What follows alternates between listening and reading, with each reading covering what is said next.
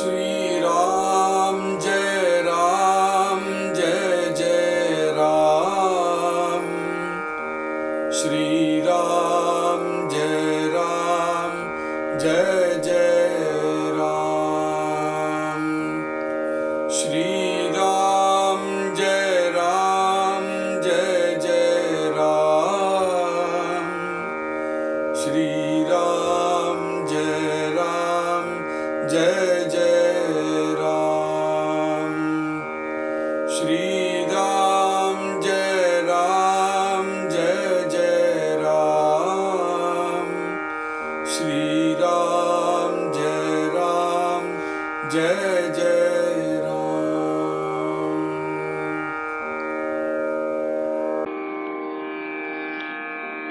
जय श्री राम। वापी कूप सरोवर नाना सरितांचे जेनीर मेघ आणि सप्तसागर मिळोन आप। क्षार क्षीर सुरा सर्पिदधी इक्षुर्जलम तथा। क्षार समुद्र दिसता है सकल जन दृष्टी सपाहे। जेथे लवण होत आहे तोची क्षार सिंधू। एक दुधाचा सागर त्या नाम क्षीरसागर। देवे दिधला निरंतर उपमन्यासी। एक समुद्र मध्याचा एक जाणा वाघृताचा। एक निखळ दह्याचा समुद्र असे। एक उसाच्या रसाचा एक तो शुद्ध जलाचा। ऐसा साता समुद्रांचा वेढा पृथ्वी येसी। एव भूमंडलीचे जल नाना स्थळीचे सकळ मिळून अवघे केवळ आप जाणावे। पृथ्वी गर्भी किती एक पृथ्वी तळी आवरणोदक। तिही लोकींचे उदक मिळून आप। नाना वल्ली बहुवस नाना तरुवरांचे रस। मध पारा अमृत विष मिळून आप। नाना रस स्नेहादिक याही वेगळे अनेक।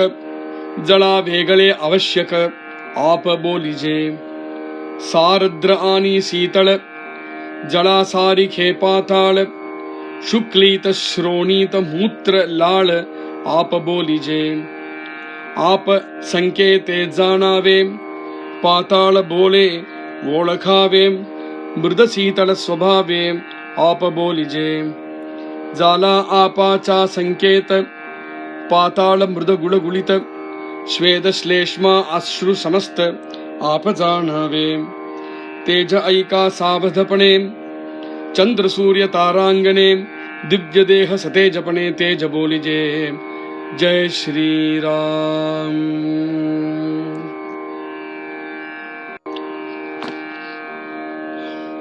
ஜெய் ஸ்ரீராம். 8வது தசகத்துடைய 5வது சமாசத்துல ஸ்தூல பஞ்ச மகாபூத ஸ்வரூபாகாச பேதோ நாம அப்படிங்கிற பேரை கொடுத்திருக்கார்.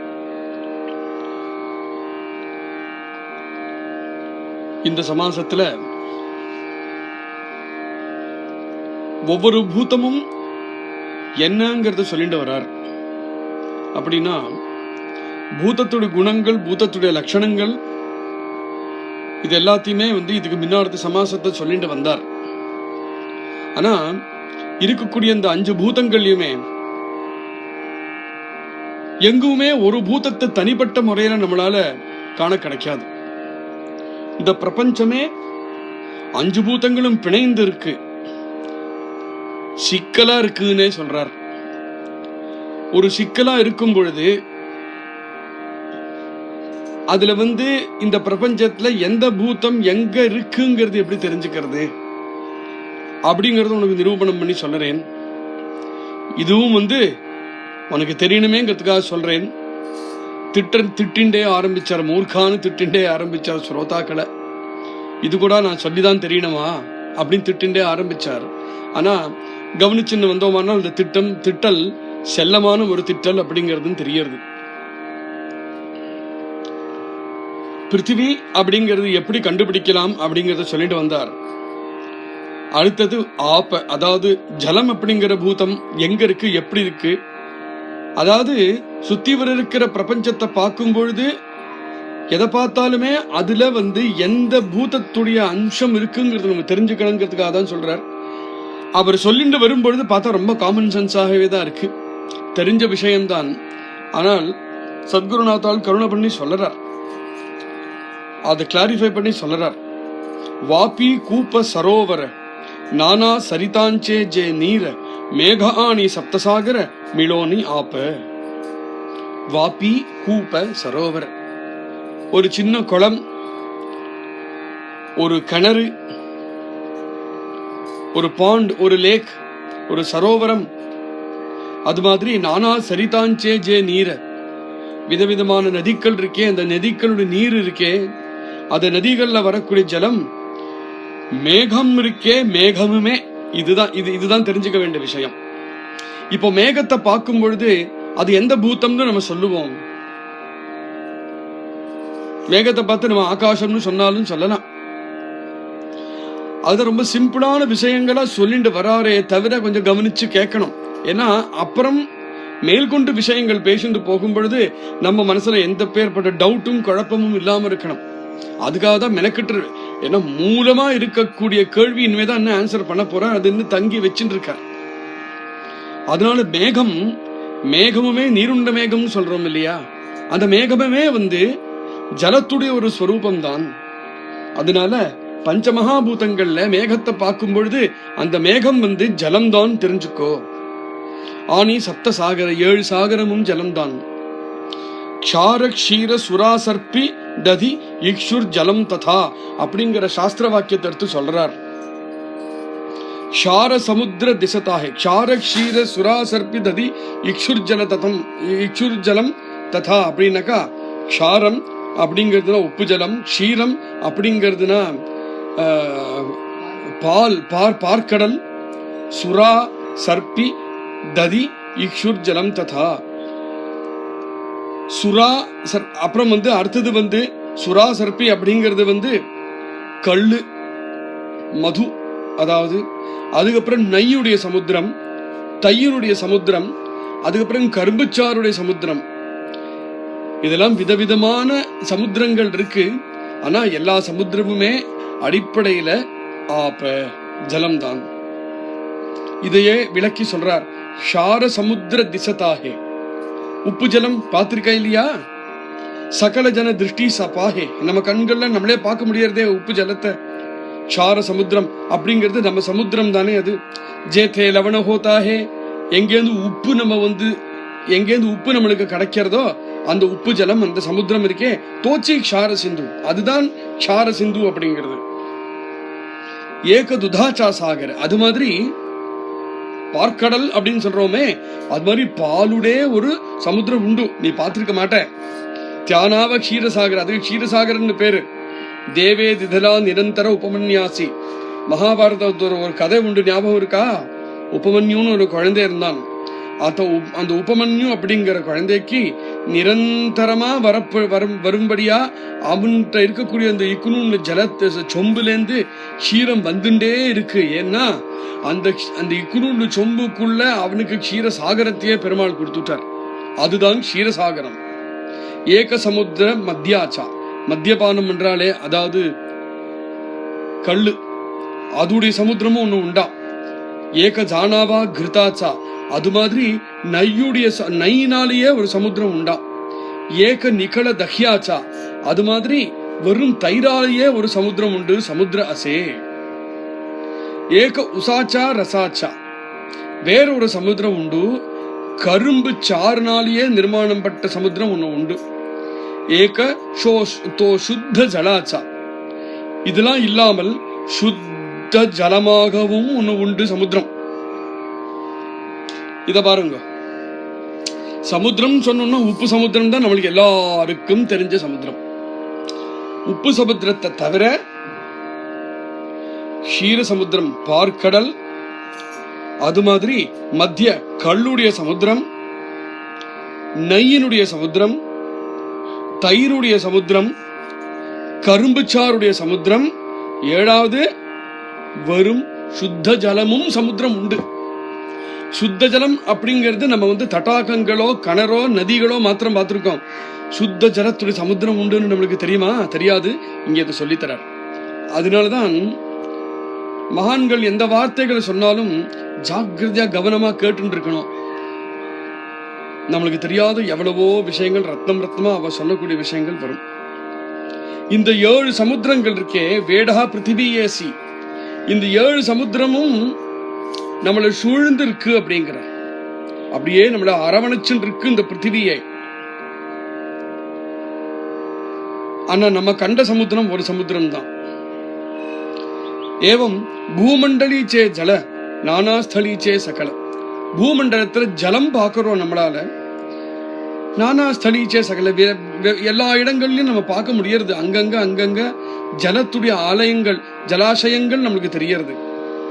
மிலோன அவகே கேவல ஆப்பு ஜானாவே, எப்பேற்பட்ட ஜலாசயமாக இருந்தாலும் எல்லாம் ஆப்ப அப்படிங்கிற பூதத்தை சேர்ந்தது அப்படிங்கறத தெரிஞ்சுக்கோ. அர்த்தது சொல்றார். பிருத்திவி கர்ப்பி கிதி ஏக, இந்த பிருத்திவின்னு சொல்லக்கூடிய ஒரு பூகோளம் இருக்கே, அந்த பூகோளத்தை தோண்டின்னு கீழே போனா அதுடைய கர்ப்பத்துல கூட ஜலம் கிடைக்கிறது.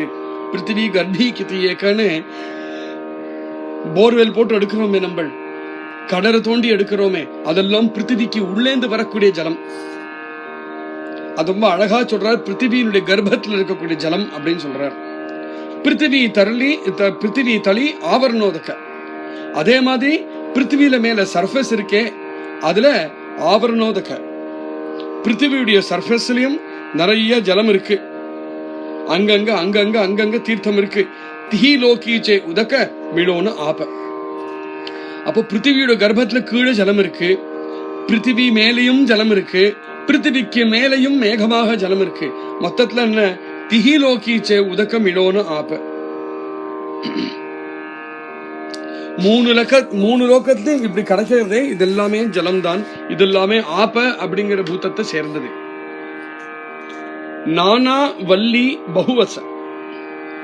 இப்ப அர்த்தத்தை சொல்றார். நம்மளுக்கு நேர நிறைய செடிகள் கொடிகள் மரங்கள்லாம் இருக்கு, விதவிதமான செடி கொடிகள் இருக்கு. நானும் இப்ப இத்தனை செடி கொடிகள்லாம் இருக்கு இல்லையா, எந்த செடியை வேணா எடு, எந்த கொடியை வேணா எடு, அதனுடைய இலைகளையோ அல்ல அந்த கொடியையோ அப்படியே சக்கச்சாரா புழிஞ்சோம்னா என்ன வருது? ஒரு சாறு வருது அதுல இருந்து இல்லையா? அந்த சாரும் ஆப்ப அப்படிங்கிற பூதத்தை சேர்ந்தது. இப்ப இதுக்காக தான் இந்த மெனக்கெட்டுன்னு சொன்னார். இந்த சிருஷ்டி அப்படிங்கிறது வந்து ஒரு பெரிய சிக்கல்னு அதுதான் சொன்னார். இப்ப செடியை பார்க்கும் பொழுது செடியில ஆப்ப அப்படிங்கிற பூதம் இருக்கிறத நம்ம உணர்றோமோ? உணரல இல்லையா? ஆனா இப்ப இவர் இப்படி சொல்றார், அந்த செடியை நீ புழிஞ்சு எடுத்தையானாலும் அதுல இருந்து ரசம் வரதே, அது ரசம் என்னது? ஆப்ப அப்படிங்கிற பூத்தத்தை சேர்ந்த ரசம் தானே அது. அப்ப எப்படி பிணைந்து இருக்கு பாரு. அந்த ஆப்ப அந்த செடியில இருக்கும்போது அதுல வந்து நமக்கு ஜலம் தெரியறதோ தெரியல, ஆனா செடியை புழிஞ்சு எடுத்தா ஜலம் தெரியறது. அப்படின்னா அந்த அந்த செடியில இருக்கக்கூடிய ஜலமும் செடியும் எப்படி ஒண்ணுக்கு ஒண்ணு பிரிக்கவே முடியாதுக்கு பிணைந்து இருக்கு. பார்த்தா தெரியவே தெரியாதே. நானா தருவராஞ்சே ரச, இது செடியா இருந்தாலும் பரவாயில்ல, மரமா இருந்தாலும் பரவாயில்ல, இதே மாதிரிதான் இருக்கு. மத பாரா அமிர்த விஷம் இளோன ஆப்ப. இத்தனை செடி கொடிகள்ல இவ்வளவு பூ, இவ்வளவு புஷ்பங்களையும் மொச்சுண்டு தேனி வந்து தேன் கூடு கட்டி அதுக்குள்ள தேன் அது நிர்மாணம் பண்ணி தரது.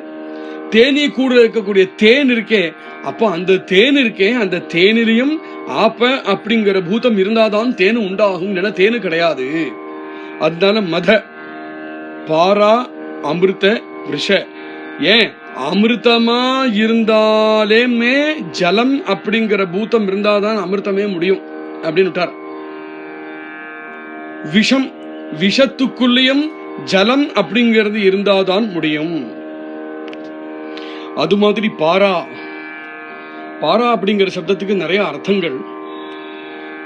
ஒரு அர்த்தம் வந்து நம்ம மர்க்யூரின்னு சொல்றோமே, ரசகுண்டுன்னு சொல்றோமே, அந்த மர்க்யூரியா இருக்கிறதுக்கு காரணம் அதுல வந்து ஆப்ப அப்படிங்கிறது அம்சபூதமா இருக்கிறதுனால. எந்த ஆழத்துக்கு போய் ராமதாசர் சொல்றாருங்கிறது பார்க்கணும்.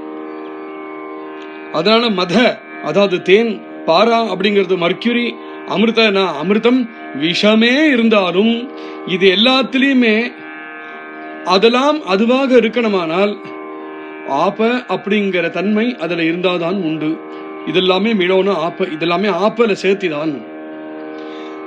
நானா ரச ஸ்நேகாதிக, அது மாதிரி விதவித ரசங்கள், அவ்வளவு பழங்களையும் புழிஞ்சா விதவிதமான ரசங்கள் வருது, அவ்வளவு கரிகாய்களை புழிஞ்சா விதவிதமான ரசங்கள் வருது. என்னெல்லாம் ரசங்கள் உண்டோ எல்லா ரசமுமே ஆப்பல சேர்ந்ததுதான். ஸ்நேகாதிக, ஸ்நேக அப்படின்னாக்கா எண்ணெய். நானாரச ஸ்நேகாதிக யாஹி வேகளே அநேக ஜலா வேகளே அவசியக ஆபபோலிஜே. அதனால எண்ணெய் அப்படிங்கிறது தேங்காய் எண்ணெய், நல்ல எண்ணெய், வழக்கெண்ணெய் அப்படிங்கிற விதவிதமான எண்ணெய்கள் இருக்கே, இத்தனை விதமான எண்ணெய்கள் எல்லாம் ஃப்ளோ ஆகிறது அல்லவா? ஃப்ளோ ஆகிற விஷயமா இருக்கிறதுனாலேயே அதுல ஜலம் ஆப்ப அப்படிங்கிற தன்மை இருக்கிறதுனால தான் ஃப்ளோ ஆகிறது. ஃப்ளோ ஆகக்கூடிய விஷயம் எப்பொழுதுமே மெலிசாக தானே இருக்கும், அப்பதானே ஃப்ளோ ஆக முடியும். அதனால இது மாதிரி மற்ற ரசங்கள் மாதிரியோ எண்ணெய் மாதிரியோ வழிஞ்சுண்டு ஓடக்கூடிய விஷயங்கள் எதுவுமே வழிஞ்சு ஓடுறதுனால் அதுல ஆப்ப அப்படிங்கிற தன்மை இருக்குங்கிறது தெரிஞ்சுக்கோ. யாஹி வேகளே அநேக ஜலா வேகளே அவசியக ஆப்ப போலிஜே.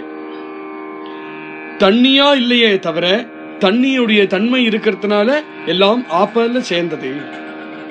சாரத்ர ஆனி சீதள ஜலாசாரிக்கே பாத்தள சுக்லீத ஸ்ரோணீத்ர மூத்ர லாள ஆப்பபோலிஜே.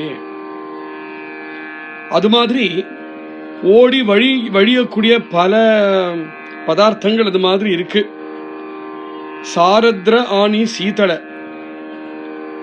வழிஞ்சின் இருக்கும்,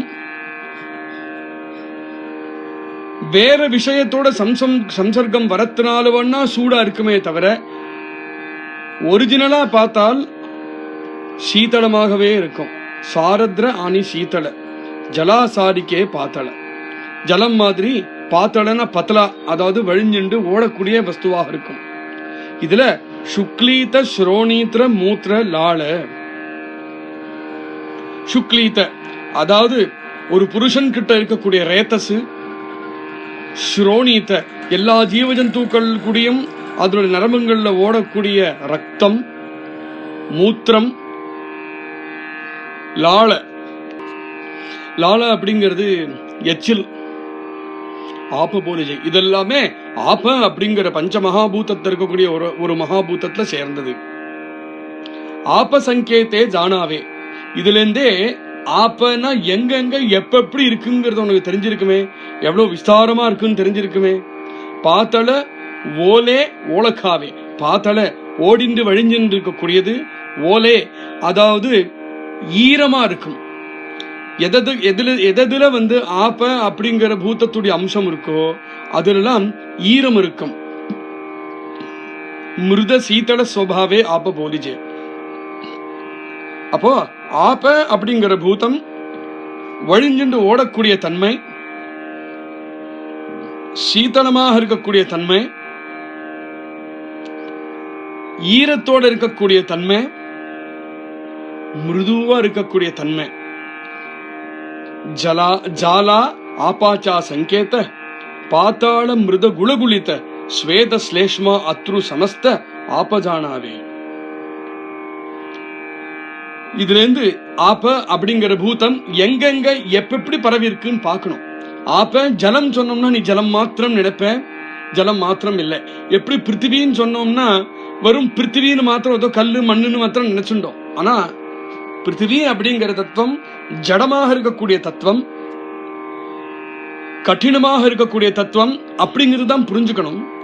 அப்போ பிருத்திவி அப்படிங்கிறது ஜடமாகவும் கடினமாகவும் அப்படி இருக்குன்னு தெரிஞ்சிட்டோமானால் அப்புறம் பிருத்திவியுடைய தத்துவம் எங்கெங்கெல்லாம் இந்த சுற்றில இருக்குன்னு பார்க்கலாம். வெறும் பாறாங்கல்லும் கல்லும் மலையும் மாத்திரதான் பிருத்திவி இல்லை, அதுல எல்லா சரீரங்களையும் பிருத்திவியில சேர்த்தினால் ஞாபகம் இருக்கு நம்மளுக்கு. மனுஷ சரீரமானாலும் பரவாயில்ல, தேவ சரீரமானாலும் பரவாயில்ல, சரீரம் அப்படின்னு சொன்னோமானால் ஜடம், ஜடம் சொன்னாலே பிருத்திவியுடைய அம்சம். அங்க போய் நிறுத்தினார் அத சமர்த்தர். அது மாதிரி இப்ப ஜலம் ஆப்பன்னு சொல்லும் பொழுது அதோட சங்கேதம் எங்க இருக்க? பாத்தாளம். பாத்தாள அதாவது வழிஞ்சுட்டு ஓடக்கூடியது, மிருதுவாக இருக்கக்கூடியது. குலகுலித்த. குலகுலித்த அப்படிங்கிறது வழுக்கிண்டு இருக்கக்கூடியது. ஒரு வஸ்துவா இருந்தால் அதுலயும் ஆப்ப இருக்குன்னு தெரிஞ்சுக்கோ.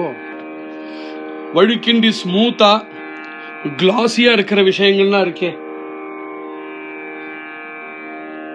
எதெல்லாம் வழுக்கிண்டு மின்னின்று இருக்கோ அதெல்லாமும் ஆப்பங்கிற பூதம் இருக்கிறதுனாலதான் அப்படி இருக்கு. குலகுலித்த. வியர்வை, ஸ்வேத, ஸ்லேஷ்மா, கபம், அஸ்ரு, கண்ணீர், சமஸ்த எல்லாமே ஆப்ப ஜானாமே, எல்லாம் ஆப்பல சேர்ந்தது. இது மாதிரி ஆப்ப அப்படிங்கறது பிருத்திவிக்கு அடுத்ததாக இரண்டாவது பூதத்தை பத்தி சொல்லிட்டு வந்தார். அடுத்தது தேஜ அப்படிங்கிற பூதத்தை பத்தி பேச போறார். அது நாளைக்கு சரவணம் பண்ணுவோம். ஜெய் ஸ்ரீராம்.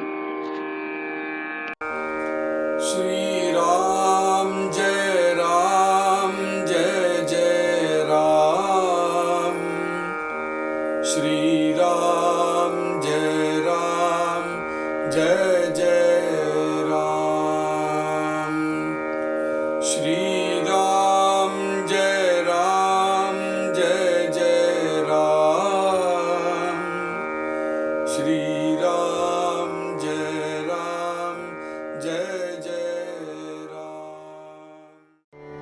ஹரே கிருஷ்ணா ஹரே கிருஷ்ணா கிருஷ்ண கிருஷ்ணா ஹரே ஹரே, ஹரே ராம ஹரே ராம ராம ராம ஹரே ஹரே. ஹரே கிருஷ்ணா ஹரே கிருஷ்ணா கிருஷ்ண கிருஷ்ணா ஹரே ராம ஹரே ராம ராம ராம ஹரே கிருஷ்ணா ஹரே கிருஷ்ணா கிருஷ்ண கிருஷ்ணா ஹரே ராம ஹரே ராம ராம ராம ஹரே.